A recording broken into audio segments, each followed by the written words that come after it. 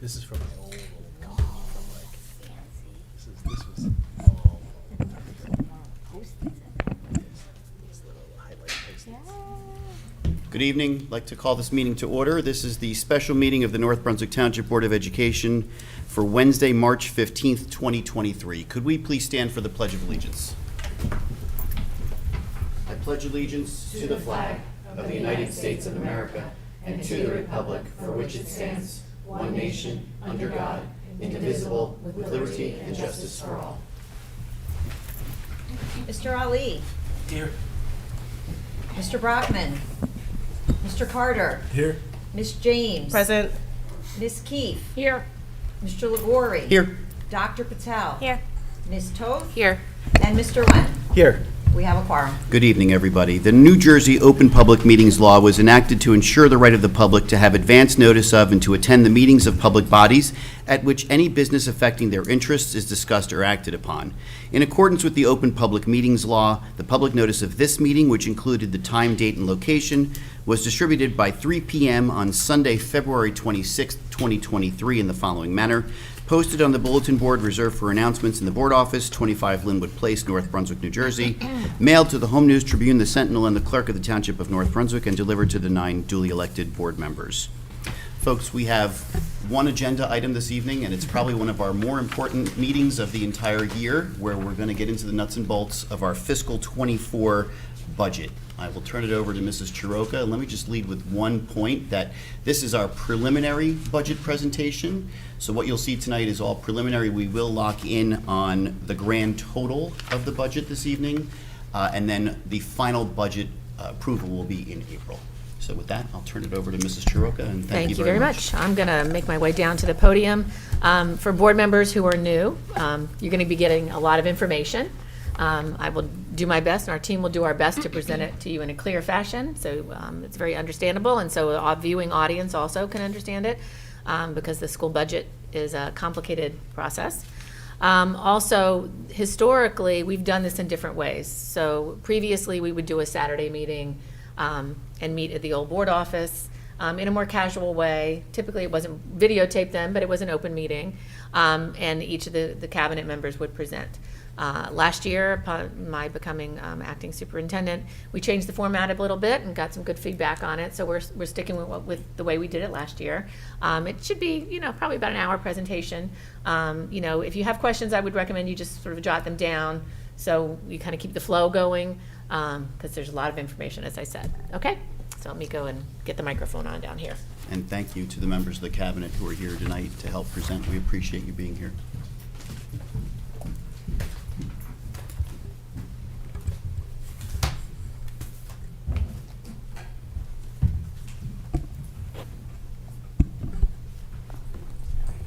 Sure I'm clearly being heard, and I'm very happy to be here this evening, board members, and present to you our tentative or preliminary budget for the 2024 school year, which is an amazing thought. We were just reminiscing about trying to remember what we actually did for the March 2020 budget presentation, so we'll have to have a continued conversation about that. But I think we've blocked it off. I don't really remember. Make sure this is on. Okay. So as with everything else, I always begin with our mission of our district, because that's what guides the work that we do in our budget. It's very important for us to make sure that we are mission driven and that we are focused on our students and empowering them to achieve success. Additionally, we like to remind ourselves of those core beliefs, because those are also the guiding principles that help us determine where we're going with our budget. We want to make sure we're creating a safe and secure environment, and that all means all, that we're educating all of our students. High expectation for professionalism, instruction, and student outcomes. That all children are entitled to an exceptional education based on their needs, characterized by a challenging and differentiated curriculum delivered by a highly qualified staff. And we believe that the diversity in our district is a strength, and the education of our children is the collaborative responsibility of the home, school, and community. So welcome to your School Budget 101 class. Where does the money come from the district to operate, and how do we do our budget? So we actually begin our budget planning in November. We assume a flat budget. We actually begin before November, but the official process begins in November. And at that point, we really don't know what we're going to be getting from the state. We have to plan and anticipate what we think we might get, but we don't get that number until late February or early March following the governor's budget speech. Budgeting is an interactive process in which schools, supervisors, principals, and our executive cabinet work with the business office. We determine wish lists of needs for the next school year, trying to project out student populations, needs for new programs, things that are coming up from the state that are on the forefront, and making sure that we are on the forefront of cutting technology and new programs as well. And then at the same time, working very hard to balance those priorities fiscally and being sensible. We know, in a dream world, it'd be nice to win the lottery and buy all these wonderful things, but we also have to be very prudent and smart in how we spend our money. So these are the three main buckets that we get our aid from: the local tax levy, which is capped at 2%, state aid, which is funding from, obviously, the New Jersey state government, and various grants and entitlements, which are funding from both the federal and state grants. So different states fund schools in different ways. In New Jersey, schools are primarily funded through local property taxes and through state aid.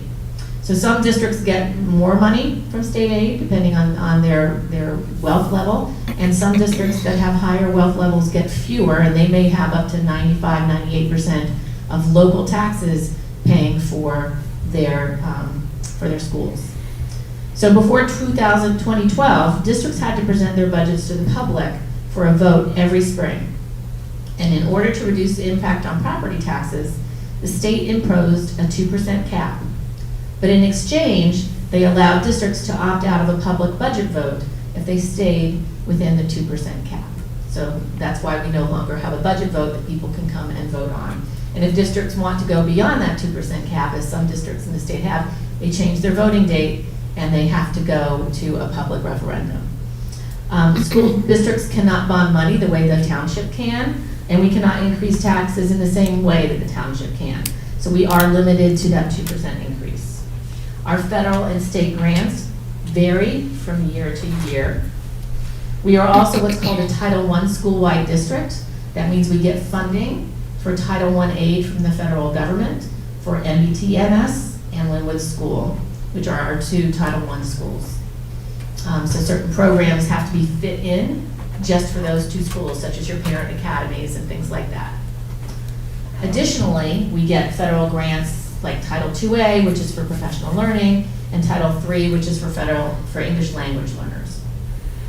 Due to the pandemic, as you know, additional federal funding has been given to the district through the ARP grant and ESSER funding. And the ESSER funding is a one-time thing, and so we're very cautious in how we budget, and it also has very tight guidelines on what you can spend it on. So that anything related to federal funding, we've been very careful not to fund too many staff positions or not have an exit plan for funding those staff positions, because once the ESSER money is finished, we can't have a huge number of staff positions that we would have to fund locally. So we've had to build that in gradually, which you will see in this budget this year. We also have those state grants change from year to year. One of our state grants is our preschool aid that we got through the preschool expansion grant, and that's been a very significant grant that we've gotten through the years. So the school funding formula was the SFRA Act, which is actually due to expire after one more year. We'll see what the state does to come up with that. And they have been working diligently to begin to really fully fund that formula in more reality. So the state calculates necessary funding to provide a thorough and efficient education to each district student, and this is what's called the adequacy budget, or the local fair share. So one part of that is state aid. It starts, the adequacy budget starts with a baseline of how much it costs to educate one elementary student with no additional factors. It's just your average elementary student. So So that's your base value of how much that child's worth. That counts as one student. This is called your base per pupil amount. And then the state recognizes the cost of educating students with different older students is greater, so they begin to add weighting to it. So a middle school student is calculated as 1.04 students, and a high school student is 1.16. A VOTEC student is 1.26. Additional weights are then added for each student in the free and reduced lunch program. In North Brunswick, that number is currently 42%, based on our October student enrollment account. Now, as you know, last year we talked about this, our number was very low when we went to present the budget last year. Because of COVID, people had not been filling out the free and reduced lunch application. And we knew a lot of people were eligible, but they weren't filling out the application because everybody got free lunch. However, they began to have to pay for lunch this year, and we made a very strong push and concerted partnership effort to give out paper copies and make sure every family had the opportunity to apply. We worked in partnership with the MBTEA, and it was very successful. As you can see, we are up to 42%, but we really actually think our numbers are more like 48% now. And so that number has grown, and that also increases the amount of funding we get because those students are calculated at a greater amount. So an additional weighting, so again, a free and reduced, if a school district is at under 20% of free and reduced lunch, they add an additional weighting of 0.42. But if the number of the district is above 40%, which we got over, the additional weighting is 0.46. So that makes a difference as well in how much money we get. So, and again, we also have had an increase in English language learners this year. You're going to hear more about that in our presentation. Since 2020, we've had a 63% increase in English language learners. And since the start of school in September, it's been 23%. So I think this is obviously a trend we're seeing statewide, nationwide. But these students are at our door, and it's our job to educate them. And you will see a lot of thoughts about that, not only in this budget, but in things that we present to the Education Committee shortly as well. So a student is limited English proficient, LEP, that's how they designate it in the budget. Right now, it is an additional 0.46 weighting. And if a student is both LEP and at risk, then their weight is 0.0981. So obviously, determining the base per pupil amount for the district, the state looks at all the data we've submitted on our student population and creates a weighted representation for the entire student population. So this number is then multiplied by a local geographic cost adjustment because, you know, New Jersey, very different state, north to south. So if you're in Sussex County, your cost of living may be very different than here in the center of New Jersey and Middlesex County. So they weigh that into the factors. And Rosa and I look at these sheets that they send us from the state. There are complex calculations, and we'd be happy to sit with any of you at any time. We're still trying to figure out how they get to some. I think you have to be an actuarial to really figure some of this stuff out. But most of the pieces we understand. Some of them are kind of like, not sure how they got that. But once the base per pupil amount of the adequate amount is been established for a district, then the state determines how to pay for it. They also calculate how much the community should pay and how much the state is responsible for. So that's where your local cost share, your local fair share comes in, and then the equalization aid comes in. So they'll make a balance and fill in if they don't think that the town can handle a certain amount, they'll or provide that amount through their tax base, they will create equalization aid. So the difference is left to the tax levy for us to add. So this is actually this year, we are still considered under adequacy from everything that we can see, and we think we have one more year of funding surplus for us to get to adequacy. That's the calculation we've worked out. So, you know, that's an important thing to think of. They've been funding us over the last several years. We've been seeing increases in state aid because we have been underfunded for so long. I think when I started here several years ago, like 10 years ago, 9 or 10 years ago, we were like 24 million under adequacy. So that number has gone down over the last few years. So other parts of the school funding formula are added to often by different governors. We'll add different pieces to it. So one big piece is transportation aid, and each governor kind of addresses that differently, that special additions are made for transportation aid.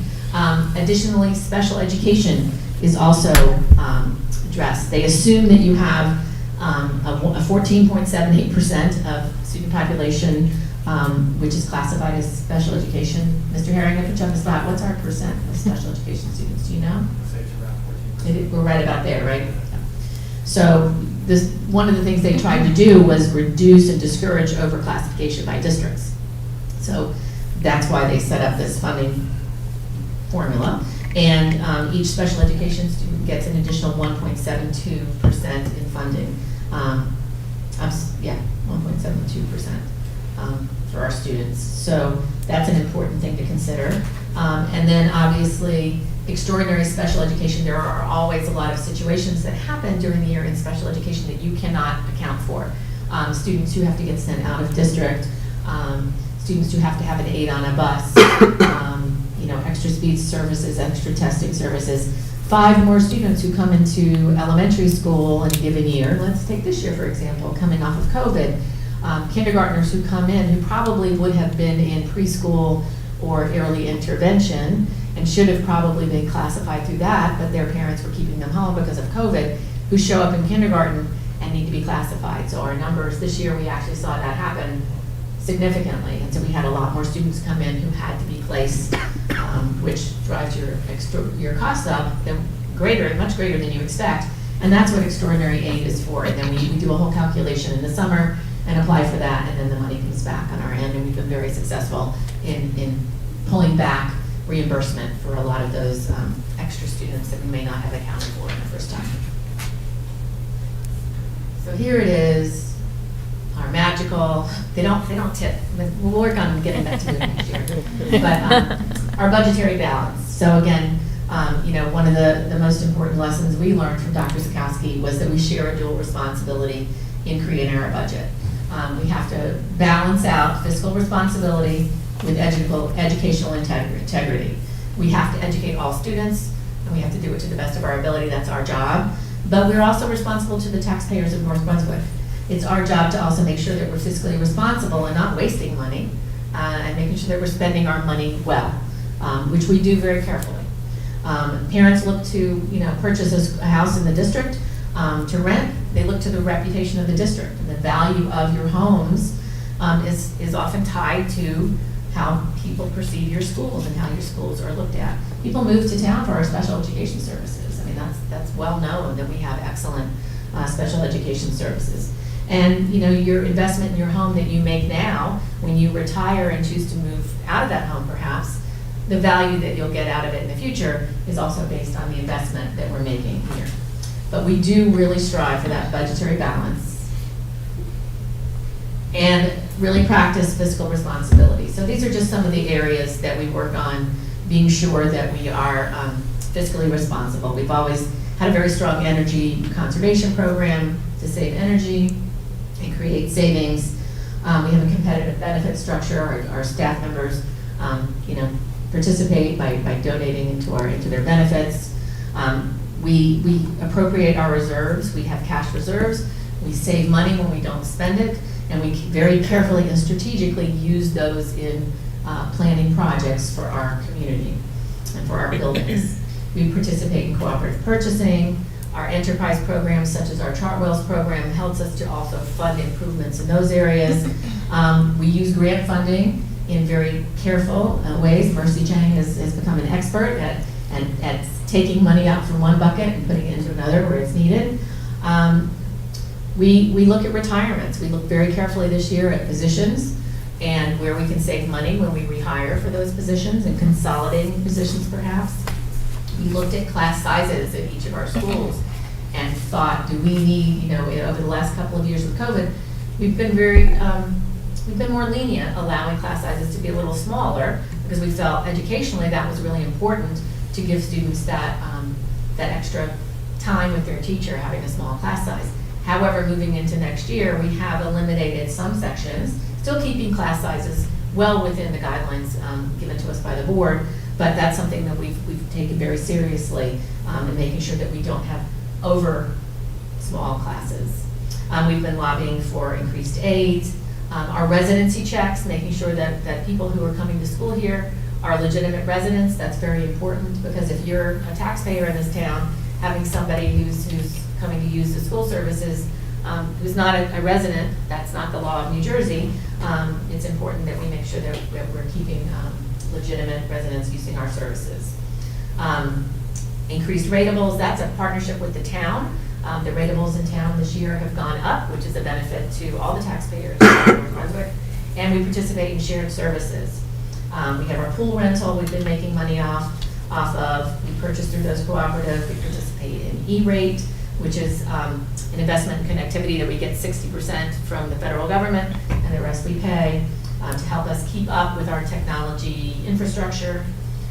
We looked at some really specific data on all our photocopiers in the buildings this year and did some analysis. Our lease is up, and we've actually increased and improved the program that we're going to be offering and getting new copiers to lease, but we're also saving money in the process. So we're not taking for granted any of our processes. The cost of technology programs, obviously we added a lot of technology through Dr. Johnson's programs this year. With COVID, a lot of programs we really took a look at. Our program ClassLink actually provides us with analytics on how the programs are used. So we were able to look at some of the programs that have not gotten as much use and look at alternate ways to use things instead to also save some money. And then we're also pursuing grants from the state, like the ROD grant, which we'll be talking about more in the next couple of meetings, which is another way to fund improvements in our buildings with support, hopefully, from the state if we get the grant. So there are plenty of budget priorities and plenty of challenges. So one of the things that you always hear about, but it's a reality, is charter school costs. And we will dig into those a little bit more deeply as we get into the slideshow. But those continue to expand every year. And Central Jersey Prep did get permission, and actually Hittick as well. I think there was an across-the-board increase in charter school seats this year from the governor's office, from the Department of Education. So that continues to affect us. And there's unfunded mandates in terms of the fact that our transportation for those charter school students comes out of our local budget as well. So the money has to flow through us and go to the charter schools, and you will see how that basically eats up all of this extra state aid that we got this year. Obviously, healthcare costs, as you all know, I'm sure you all pay your own insurance, and you know how those costs in your businesses are going up. Inflation is, hovering around 6%. So those are challenges that we face when we're planning our budget. So we are self-insured, and that's something that we work very hard with our insurance broker to manage our insurance costs and make sure that we're covered in terms of insurance for ourselves for any high claims and things like that. But healthcare costs post-COVID, people have been getting a lot of procedures done that they put off prior to COVID. That's just the reality of what we've been seeing. Safety and security is at the forefront of everybody's minds these days. So that's obviously a budget challenge, and we have to make sure that we have the most updated security in our buildings. Like this past year, we've been working on adding a security booth at the high school. Just having enough security personnel is a challenge, just as many other personnel pieces are for everyone these days. But many other companies are vying for those same retired police officers or security people for their different businesses, at a warehouse, at a synagogue, or somewhere else. So we also have to be competitive in creating a budget for them.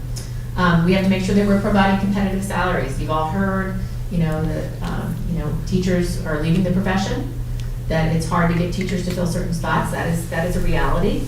I think North Brunswick and this board has done a lot to support competitive salaries for our teachers, and that's part of our negotiated settlement. So those are fixed costs that we know that our percentage of salaries is going to go up because it's already in a negotiated agreement.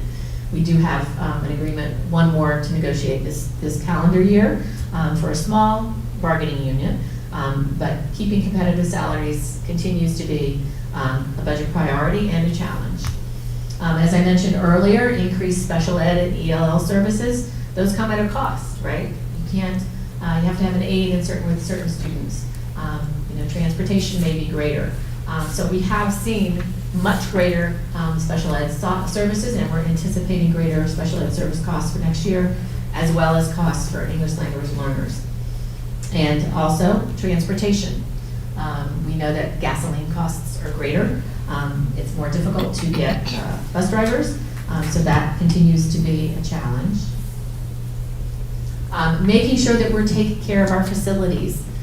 We are the stewards of 8 buildings, and some of them are getting older, many of them are aging out. Obviously, our new middle school is beautiful, but we have older facilities. We need to make sure that we're upgrading the tiles and all the facilities to make sure they're safe, secure for our students, and secure for our staff. Technology, obviously, technology is infused into everything we do, so we have continuing costs of technology that we have to make sure that we're meeting. We have to make sure that we're keeping the professional learning of our teachers so that they are sharp and they are up to date on the most rigorous ways to teach and address the needs of the students that we have in front of us. So we have curriculum needs that we have to address, our strategic plan that this group helped determine last year. We want to make sure that we're addressing those items in our budget. And then obviously post-COVID academic and mental health challenges. Those costs have been great, and we've used ESSER funds for a lot of those things, but some of those ESSER funds will expire after next year, and being able to fund those locally will continue to be a challenge. So those are things that we have to anticipate as we move on. So, we'll see. In our proposed budget, $139,147,907 in the general fund. So the general fund is the current general expense plus capital outlay plus the charter school costs. You will also see $9,246,226 in grants and entitlements. That includes state sources and federal sources for next year. And again, some of these are changing. That's why this is a preliminary budget. And then the debt service fund. So those are all the bonds that we've taken out to build new school buildings or add-on sections to buildings. So that's the board share of their debt service, their mortgage, basically. And then plus the local tax levy. That's $9,336,540. So I'm going to break it down for you a little bit. Kudos to Rosa for her waterfall chart. So our general fund here is 88.2% of our budget. Debt service is the next one over, which is 5.9% of our budget. Preschool aid, that $6 million there, is 3.8% of our budget. And what's really nice about the preschool piece is that it also allows for, we can charge off some of our business office expenses because they work on the preschool budget. So a percentage can be charged to them. So certain salaries can be charged to that. So it helps to ease other places in the budget. Grants and entitlements, excuse me, are only 2% of our budget, surprisingly. But our total revenue that we're proposing is $157,730,674. So looking at it in another way, our general fund revenue for next year, the first one is the tax levy, which is 62.2%. State aid comprises of 34.6, almost 35% of our budget. And I think a lot of districts would be very, very grateful to have that, and we honestly are truly grateful that we get that support from the state. Our use of reserves projected for next year is 2.8%. Miscellaneous revenue and fees is 0.3%, and that's, Medicaid, is Medicaid reimbursement is about 0.2%. For our general fund appropriations, looking at how we're appropriating our spending, much like last year, we showed you a big circle chart, and the big part of the pie was salaries. So very much like this big blue piece here is salaries and benefits. The biggest percentage of our, we are a people business, the biggest percentage of our money goes to paying for staff, because that's how you how you build students, and that's a people business. Transportation is next, and that does not include salaries. That's at just over $8 million. Charter schools are at $8 million without transportation. Capital expenses are $6 million. Facilities, maintaining facilities is $6 million. That also excludes salaries. Special education is at $5.8 million, and all other at $5.3 million. So you will be seeing tonight for your vote a total budget for approval of all these different pieces of $157,730,674. This includes the general fund, plus grants and entitlements, plus the repayment of the debt service. So, I'm going to give you a little bit of information about personnel, buildings and grounds, what's in each of those budgets, and curriculum before we dive into the final pieces. So, Mrs. Kita is going to talk about personnel, and I'd like to note that her emoji up there matches. Was that coordinated? course. Yes. I'm not afraid to say it. Yes. I happen to have it, so it matched. Thanks, Janet. As Mrs. Soroka mentioned, as the assistant superintendent, my primary responsibility is overseeing personnel. And again, for a district that serves 8 buildings, 6,000 students.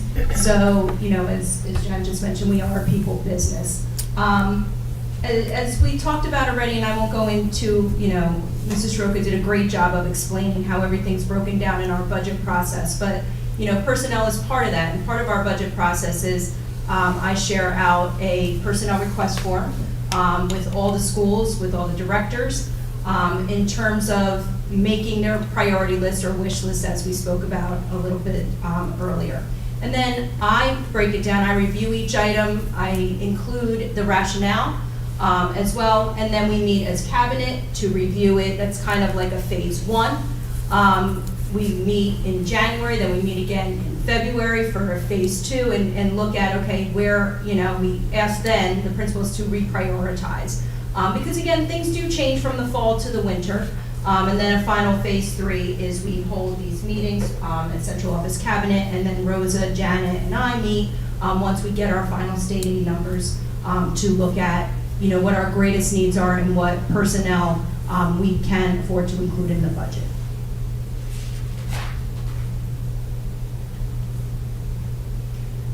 So one piece that, we talked, I included last year that I thought was good again to keep this year is where do those needs come from? So again, we continue to have a priority of closing our achievement gaps, providing increased and continued intervention and enrichment supports, both of those.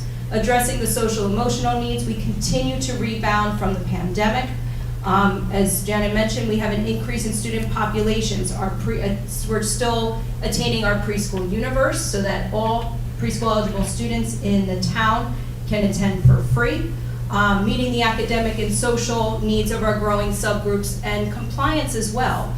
As Janet mentioned, we have over 60% new ESL students that have registered in our schools, and it is not only our obligation and duty to educate those students, but there are certain state compliance that we have to meet their needs as well. Several years ago, we were able to apply for bilingual waiver. At this point, only really one of our schools meets that waiver. So we have to provide the bilingual dual language programs that we're providing. We have to start integrating that into our schools where we, haven't had to before. Keeping students in district, again, providing more opportunities for acceleration and success, providing comprehensive specialized programs, and again, those unfunded state mandates.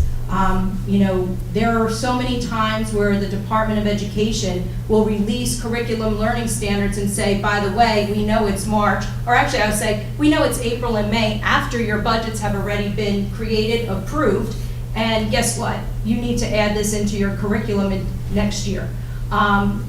Okay, and now you have to find the teachers to fund it, the money to write the curriculum, and the resources. So a lot of those shifts and increases happen. We don't exactly know when. Sometimes we get a heads up. This is coming down the pike in a couple years, and we can best plan for it, but sometimes, we can't do that either. But either way, the curriculum learning standards are there, and we have to teach to them, when they are brought down by the state.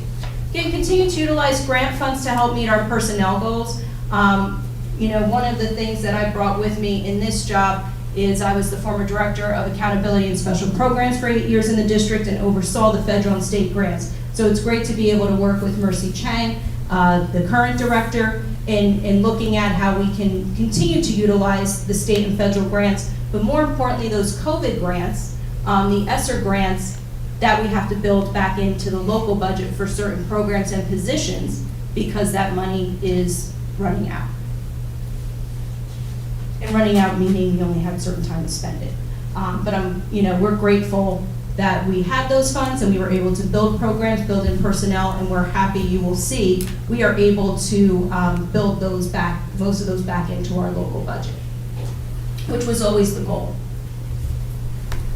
So proposed full-time personnel at the preschool level, again, thanks to the preschool expansion aid, we will be looking at adding a master teacher and a PERT, the intervention referral specialist, that we already have two master teachers. We're looking at a combination position. We have a master teacher and a PERT specialist already, and the PEA grant fund next year will fund one that does 50% master teacher and 50% PERT to help those positions out.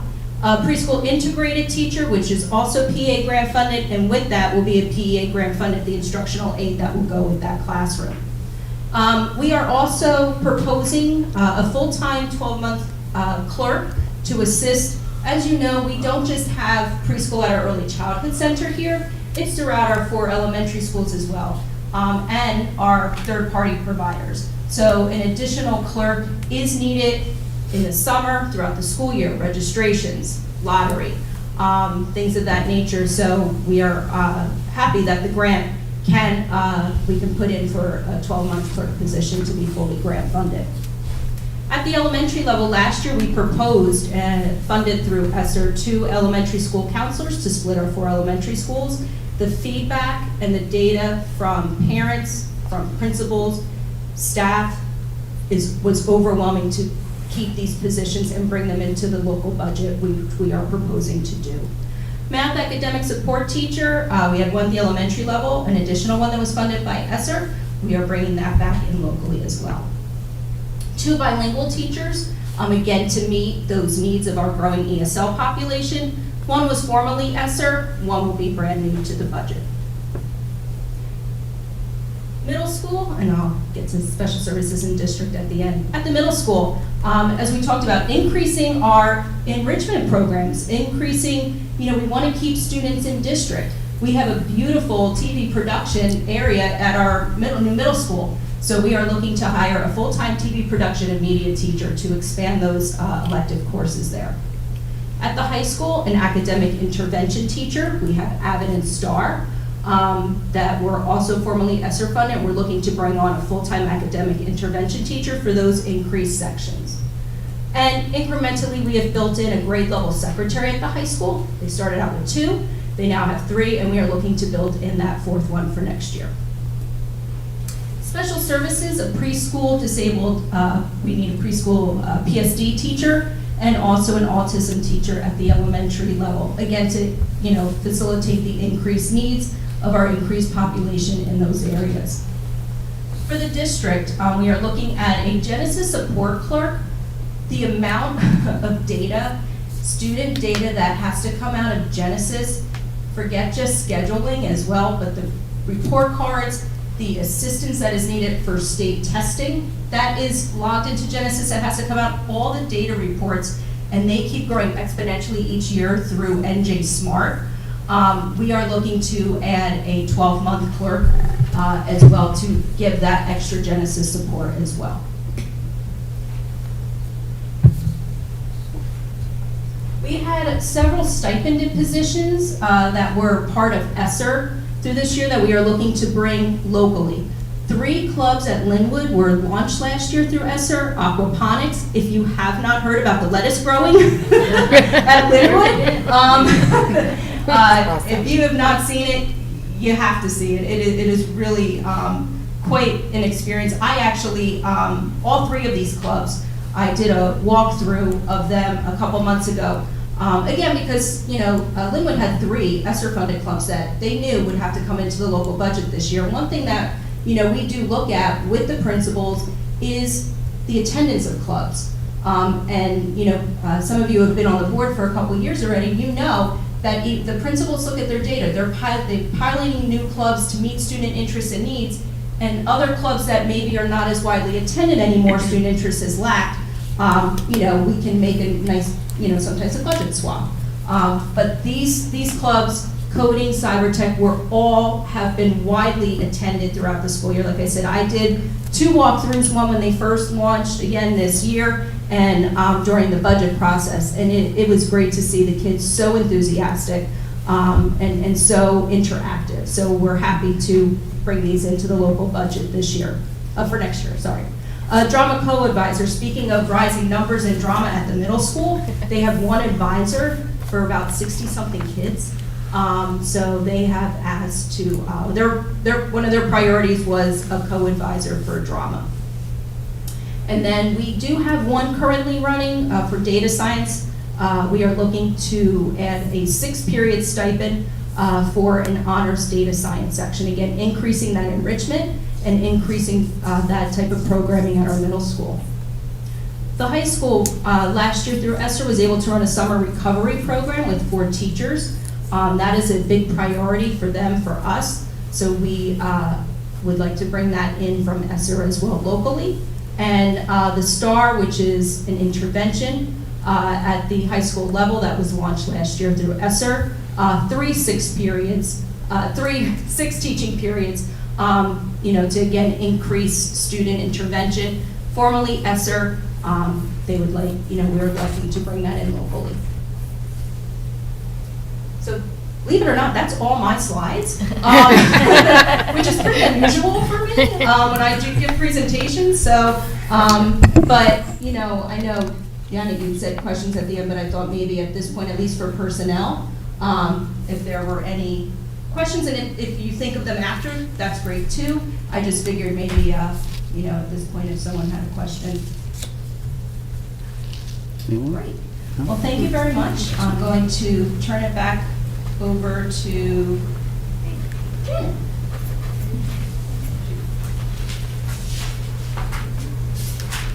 Okay, curriculum, instruction, and technology, and professional learning. All of Dr. Johnson's wheelhouses. His team has worked incredibly hard to cull together all the needs in this large department, because there are a lot. It's obviously the foundation of the education that we do.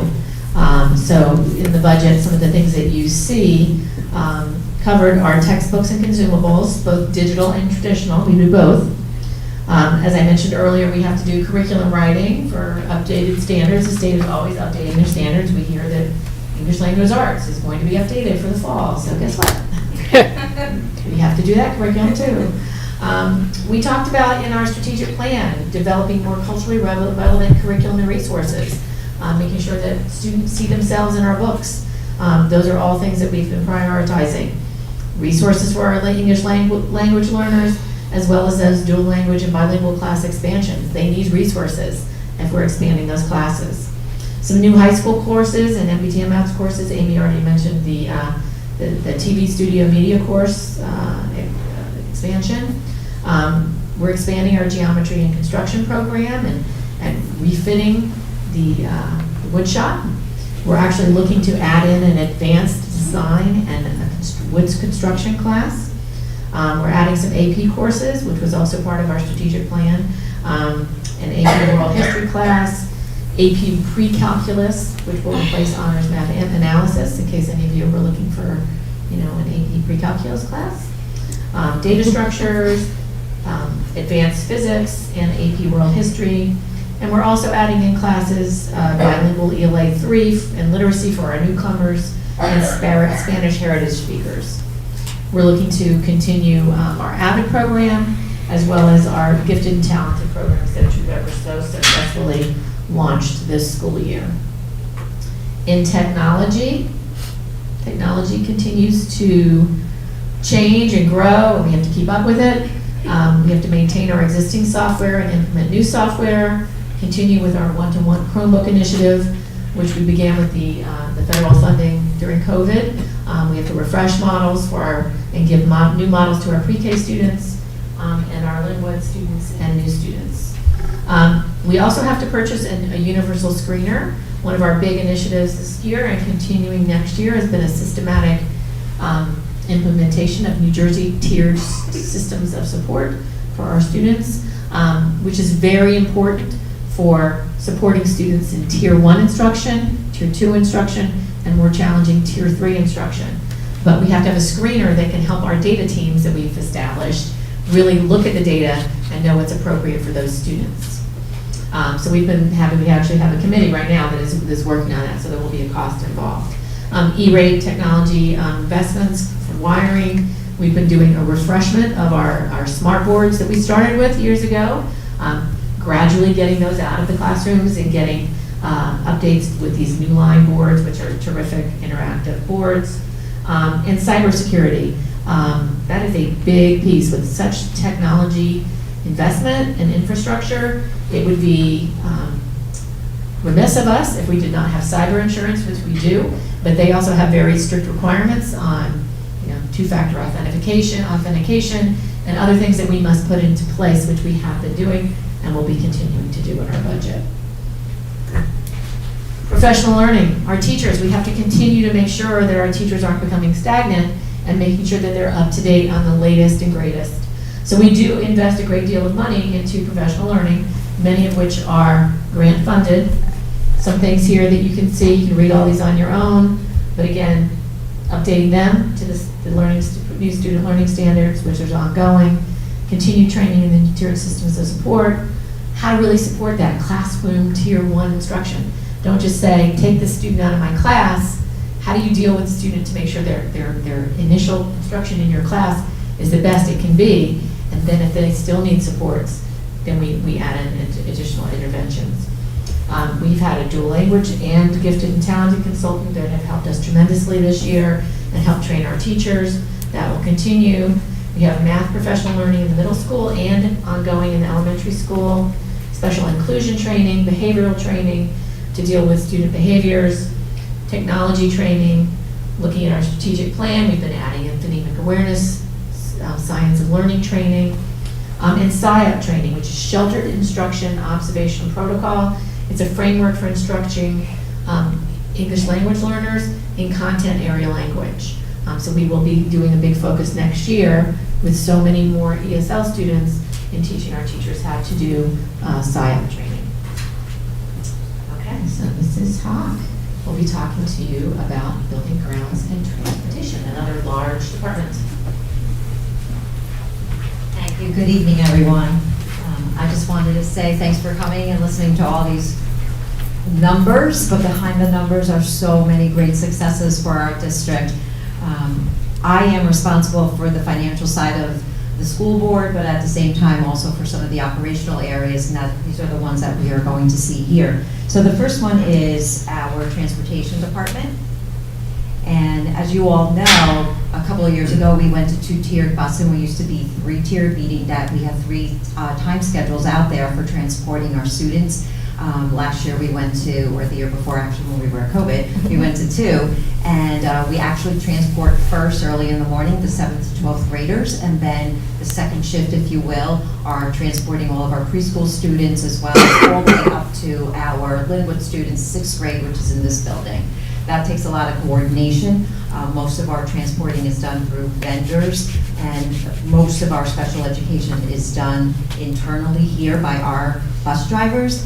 And then, of course, any students that are going out to for our outside schools for special education, those are also done through vendors.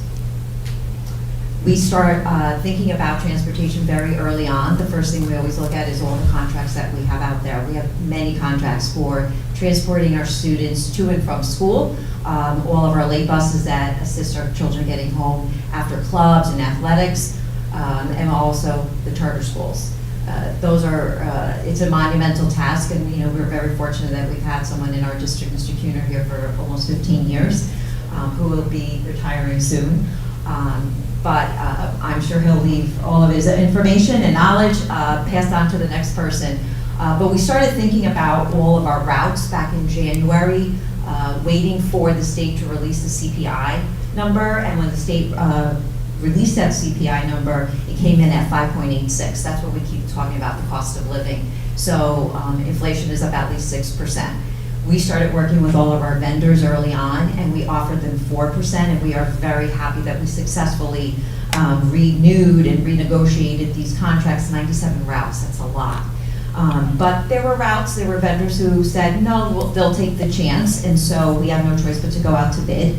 And right now there are 43 routes actually out to bid, if you had seen in the paper. We have bid openings coming up in April, and those are for some of our athletic runs, our club runs, what we call the late runs. Those were out to bid, and we will announce what the winners are, if you will, that we will award to. But we also have a lot of routes for our to and from as well. So there is a challenge in this budget. We don't know what it'll come back. Because there is a driver shortage that has impacted supply and demand, and the cost of transportation has increased tremendously. We go out to bid all the time because we have students who enter into our district who require special transportation, whether it be here or whether it be to an outside school, and we go out to bid. And sometimes those transportation routes will come in over $70,000. So again, a challenge. We are hopeful that we have budgeted sufficiently for these bids, but we'll let you know. Again, some of the challenges that we are facing are obviously increased costs everywhere, whether it be the cost of gas, the drivers trying to get outside vendors to give us quotes. We can't always get them, and of course it's coming in at a very high cost. And then last but not least, we are responsible for transporting many, many children who go to charter schools, and it's all on us. It's all on the district. We not only pay for their tuition, but it's our responsibility to ensure that we get them to their school safely. And those are all challenges, and they're all built into the budget, and you will notice that the budget is up almost 10%. And those are all the factors that are leading to that.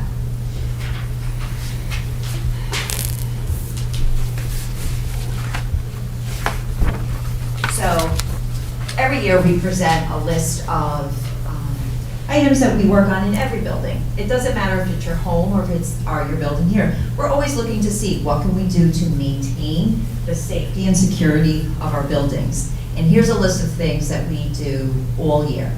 Every year, you can't avoid doing inspections. You can't avoid maintaining your facilities like your gyms. We look at the playgrounds. Are they safe? What needs to be refurbished? What needs to be refreshed?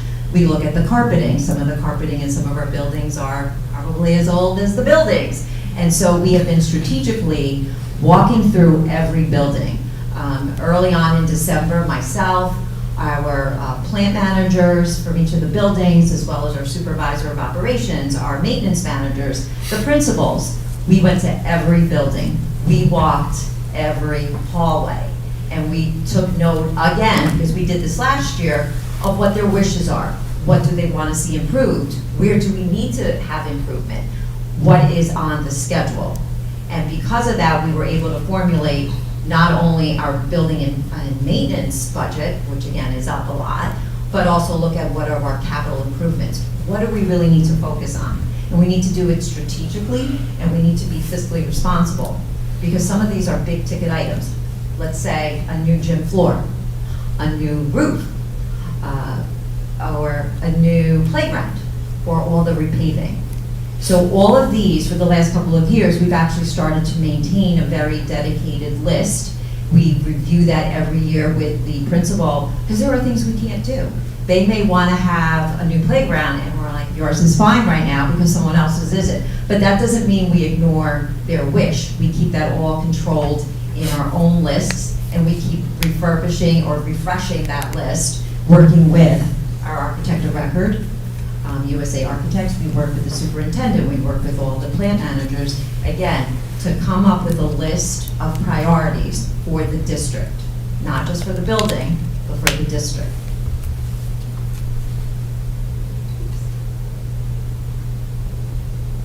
So, one of the things that you saw on your presentation there in front of you is that we are utilizing reserves to fund some of our bigger projects, if you will.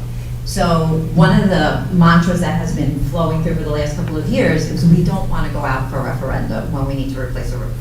We don't want to go out for a referendum to replace the HVAC or a playground or windows or doors.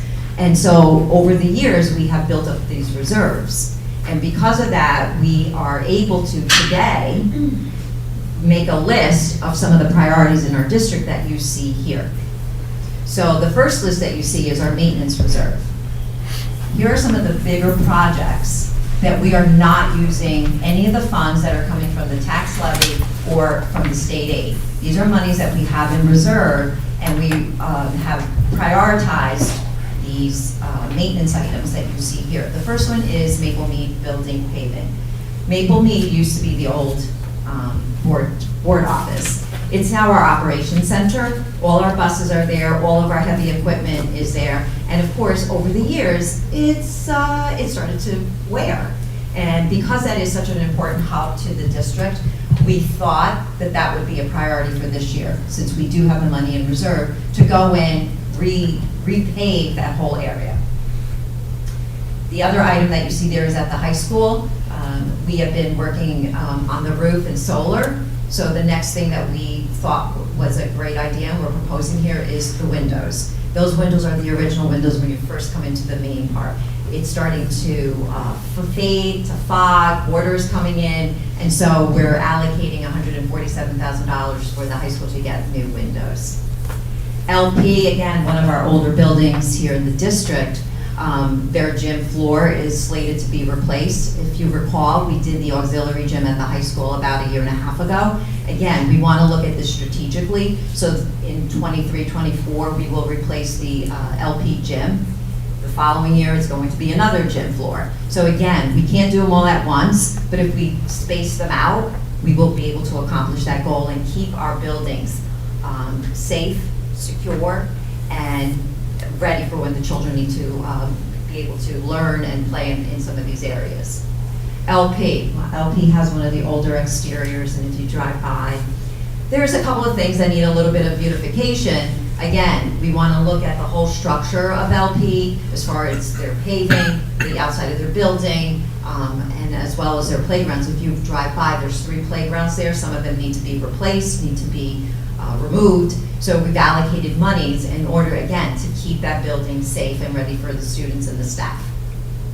We often talk about our heating and our HVAC.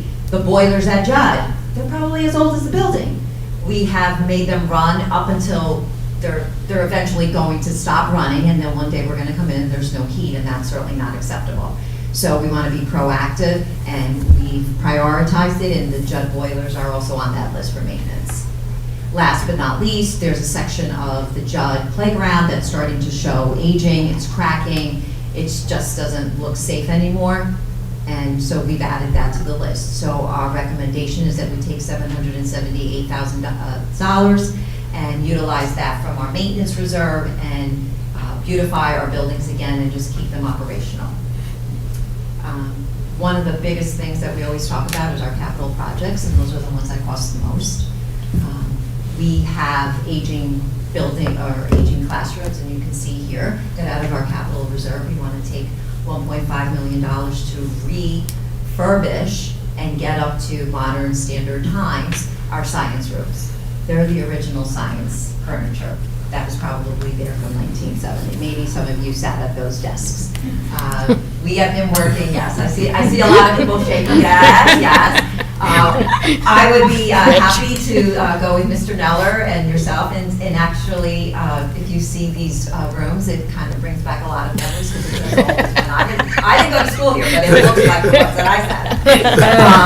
But we have been working collaboratively with architects, the science supervisor, with the principal, Mr. Neller, our operational people, because again, there's plumbing, there's electricity, there's just a lot of moving parts. And right now, we're recommending $1.5 million to set aside in order to refurbish those 2 rooms. You know, the hope would be to have them started at the end of next summer, at least started, because we may have to go out to bid. We're working with vendors, we're working with co-ops, state contracts, but this is our guess at the cost to refurbish those 2 classrooms. Next, we've set aside another $1 million. If you recall, last budget, we set aside $2 million. Again, we are slowly upgrading strategically our HVAC units. We came to the board a couple of months ago and asked for approval to have all of our HVACs assessed. We're in the process of doing that, so we want to put aside an additional $1 million to upgrade what we have. You will hear more about this, but the ROD grants, we're in the process of writing the application. Our architect of record is working with us on this, and we will come forward with another proposal in hopes of getting the state to fund at least 40% of this project of some of our HVAC improvements. You'll be hearing about that more, but we can't wait. We have to start investigating, and if we need to start working ahead of and getting some of that replaced, we've got the money. We've got the money. We can't wait for the ROD grants to be approved because we don't know how long they're going to be approved, and it is a competitive grant, so some will get it, some won't, and more importantly, it's capped. So at some point, they're going to have to say no. But we need to move on our plan of replacing all of our HVACs because many of those in the elementary school they're at the end of their useful lives. We keep talking about some of the new classes and different opportunities and enrichments for our students. And we have the shell at the high school of a TV studio. And in speaking with Mr. Neller, Janet, Fred, and everyone at the high school, we thought this would be a great opportunity for us to take some of our capital reserve and invest in actually building out the TV studio. Because right now, it's just a shell. And we have an estimate of about $500,000. Again, we're still investigating opportunities, vendors, but we'd like to allocate $500,000 in order to get that and make it come to fruition. And last but not least, several years ago, we actually allocated money and put it in this emergency reserve. And this particular reserve, we have to use it for very, very specific expenditures. One of them is for security. And what we're recommending is that we allocate the whole amount that's in that reserve, $52,000, and use it in order to take some of the high school classrooms that actually their walls are not walls, they're windows. So it's a big fishbowl. Again, some of you who went to school here can remember that some of the classes are not walls, but they're windowed, and they have shades. And what we want to do is actually make it opaque or in the dark, so make it look like a wall for security reasons. If there's ever an issue right now, one of the biggest things is we want to make sure that no one knows that there are children or students in these classrooms. And right now, they have shades, which you can kind of peek it around, and it's not 100% secure. So we're actually looking into a film that we can put over the windows in order to make them go dark, always be dark. So you can never peek into the classroom anymore. And we are allowed to use these emergency funds for that because it's for security reasons. So here are some of the items that we want to utilize our funds from our reserves. So, if you recall, Janet had, she actually highlighted to you that one of our funds, which is our Fund 12, which is all of our capital expenditures, is $6 million that we want to set aside. The first 3 items, how are we funding them? Well, we just talked about them. It's the capital reserve. But there's still more spending that has to happen as far as making sure that our buildings and our equipment is all up to speed. One of the biggest things is we need to keep repaying a lot of our purchases that were done with our leases. And that's that $1.3 million represents some of the equipment that we bought on lease, some of our trucks, if you recall, a couple of years ago, we bought Kubotas, we bought trucks. That's the repayment of some of those leases, or not leases, but the capital. But more importantly, is our ESIP. If you recall, a couple of years ago, back in 2019, the district embarked on a $15 million ESIP. We have to repay that, and that's where that's part of that payment there. Instructional equipment, Janet also spoke to us a little bit about that. We need to, one, refurbish or replace strategically on a rotating basis some of the new lines. That's what's in that line there, our Chromebooks. So we have to allocate $766,000 in order to keep our equipment fresh for our students as well as the teachers who use those new line boards. School buses have a limited life. Doesn't matter how many miles they have on them, but once they hit their 15-year mark, we've got to get rid of them. Well, we have 3 little vans that are coming up for replacement, and I submit to you that a couple of years ago, we bought one for $65,000. They're not $65,000 anymore.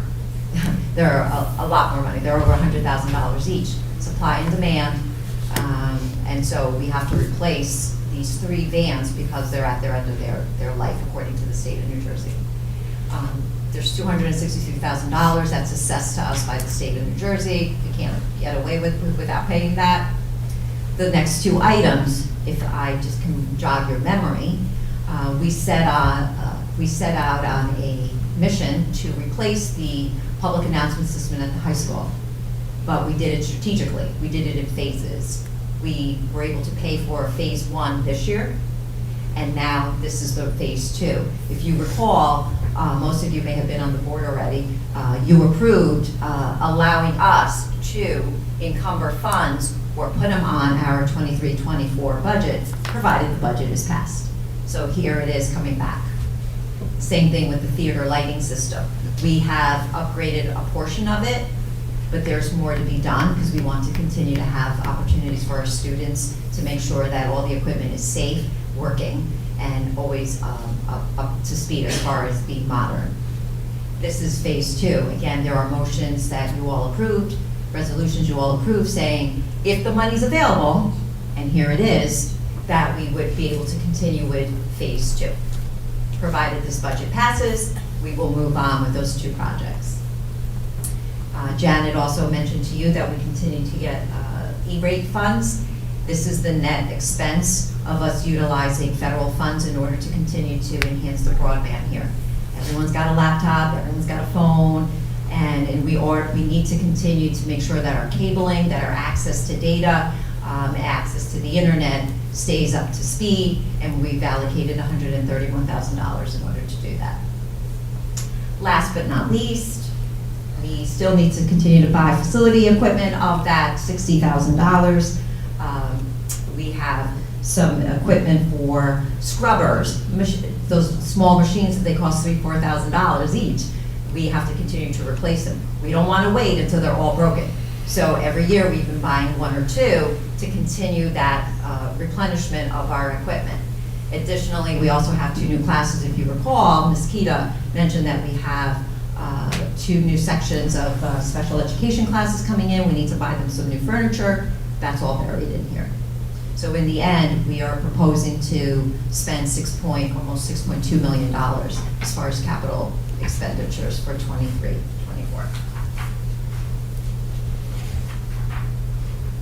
Any questions?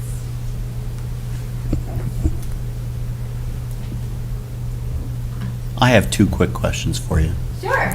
Just as a point of clarity on the science classrooms, we've discussed this in committee, but just for Yes. total transparency, we replaced 2 chemistry classrooms about 10, 12, Yeah. 13 years ago, maybe? Yeah. These are biology classrooms. I believe so, yes, yes. So it's very interesting if you look at the 2 newer ones and then you look at these 2, drastically different. Right.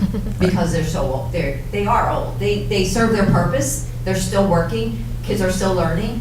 But if we have the opportunity, I think this would be a great one for us to invest. Again, it's an investment, Agreed. totally an investment. The other question was about what you shared in transportation, and I kind of always ask this question every year. I think that we seem to have an optimal ratio of our in-house transportation and our third-party transportation. So I'm sure as part of the due diligence in the budget process, you guys always review that ratio to make sure that it's the sound and right one for the district. What is that approximate ratio this year in terms of what we bus versus what third parties bus on our behalf? I don't have that statistic, Rough. but I don't even want to take a guess at it, but I can tell you that our in-house bus drivers, most of their work, if you will, is transporting our special education here in district. So that is what they mostly do. All of our to and from school routes where the children go to, the general education population, most of that is done through vendors. Mhm. So I can get back to you on that. I do not have that data. with We'll me. add it to our next committee agenda meeting. Yeah, absolutely. Thank you. 100%. Thank you. Anybody else? There's a lot there. Thank you. Phase 3. Oh, there's your clicker. Okay, we're good. Toward the end of the. Oh, I think Mr.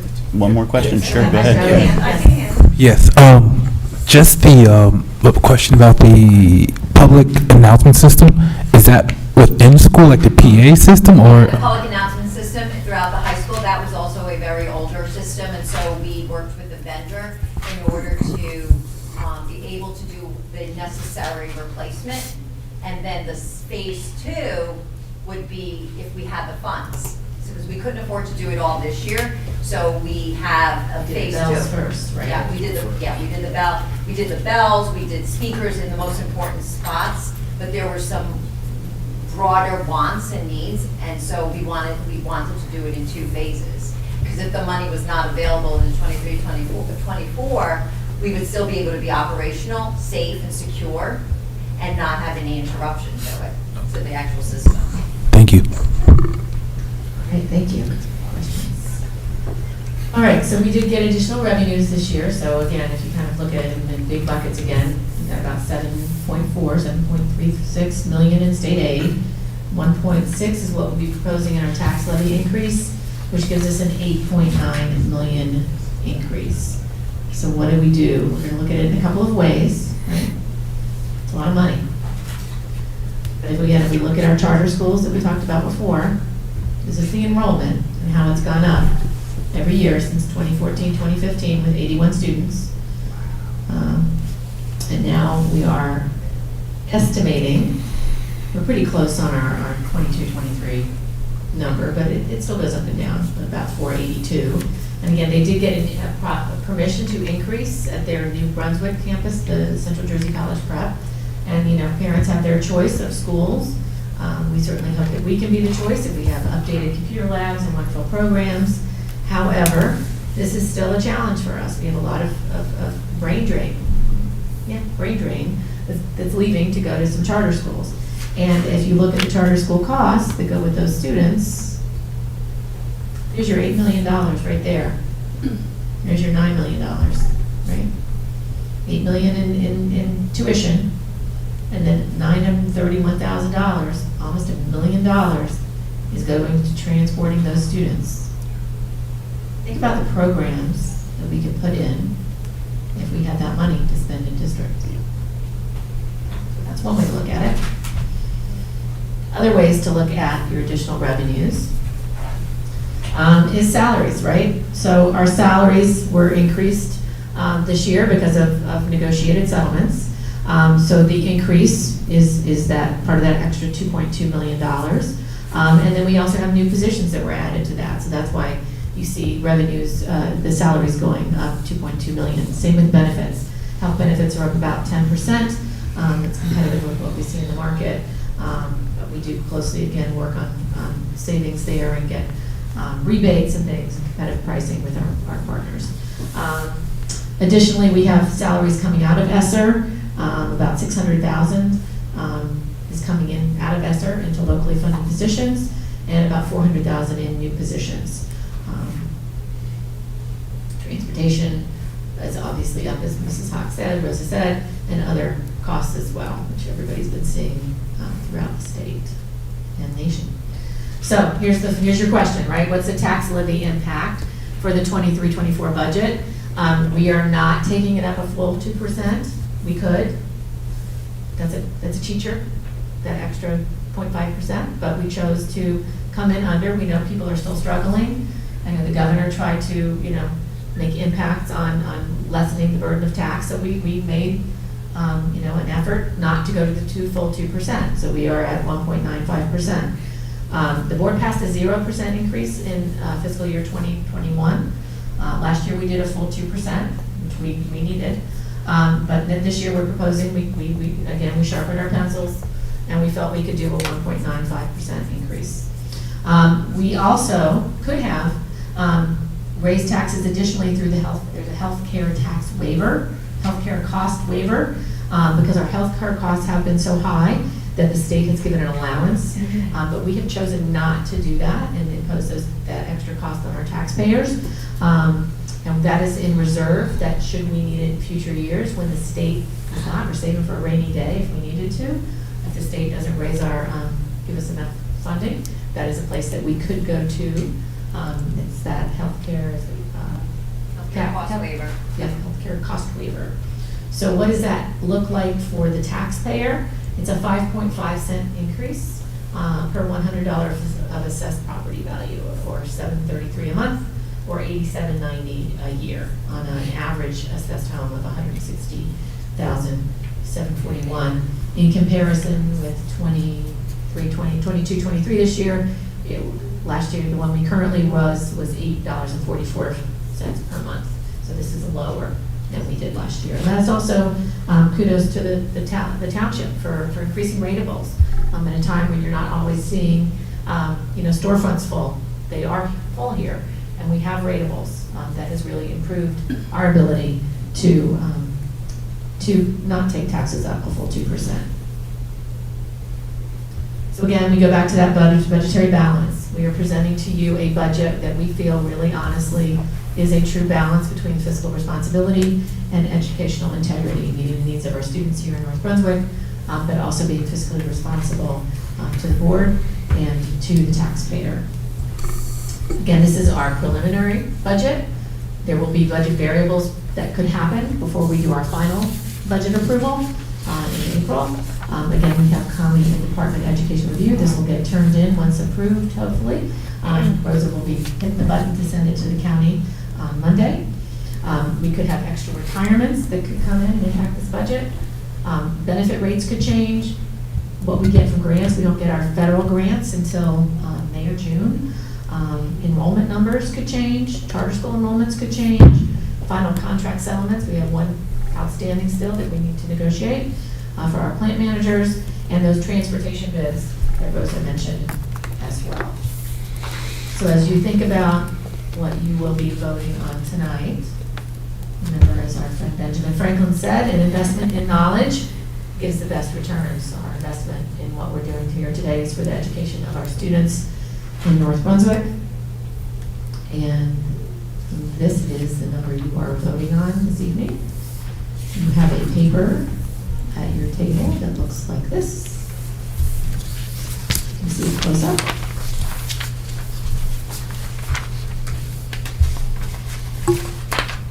Any questions? Thank you for listening and being so patient. Thank you. Thank you to all of you. Does anybody have any questions? Any further questions?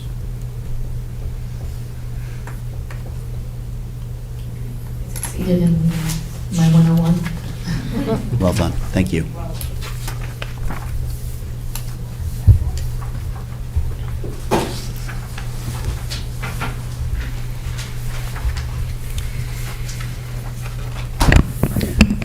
The board's obligated to have a public session on the budget, so at this point, we'll open it up to the public for any public comment on this evening's budget presentation.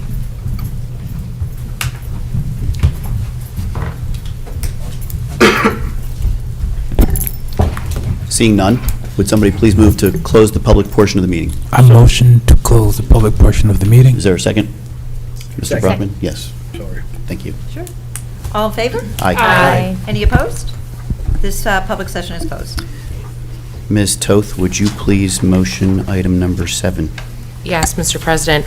I'd like to make a motion to adopt the following tentative budget for the 2023-2024 school year as listed on pages 2 and 3. Is there a second? I second. Any All right. further discussion? If not, we'll take a roll call, please. Yes, sir. Mr. Ali? Here. Is that a yes? Do you approve the budget? Oh, yeah. Oh, yes. Thank you. Mr. Brockman? Yes. Mr. Carter? Yes. Ms. James? Yes. Ms. Keefe? Yes. Mr. Legori? Yes. Dr. Patel? Yes. Ms. Toth? Yes. And Mr. Wen. Yes. The the tentative budget is approved for submission. Thank you. Just as a quick point of order, I want to say thank you, Mrs. Shiroka, Mrs. Hawk, to everybody in your department, to the cabinet that's here and working diligently day after day. We realize that this is not something that's done in a week or two. It's a multi-month process year after year. It's a revolving process that's, kind of like the wheel just keeps going and going. We really appreciate all the hard work to get to this point. So thank you for all your diligence. We really appreciate it. Thank you. At this point, we'll open it up to another public session on any matter. Anyone who wishes to speak can now approach. Seeing none, could somebody please move to close this public portion of the meeting? So moved. I'm Second. sorry, was that Ms. Toth? Yes. Second. Thank you. All in favor? Aye. Any opposed? This public session is closed. And would someone please move to adjourn the meeting? So moved. Second. All in favor? Aye. Any opposed? Thank The you very meeting- much. Thanks, everybody. you all. Have a good Thank you, evening. Thank you. everybody.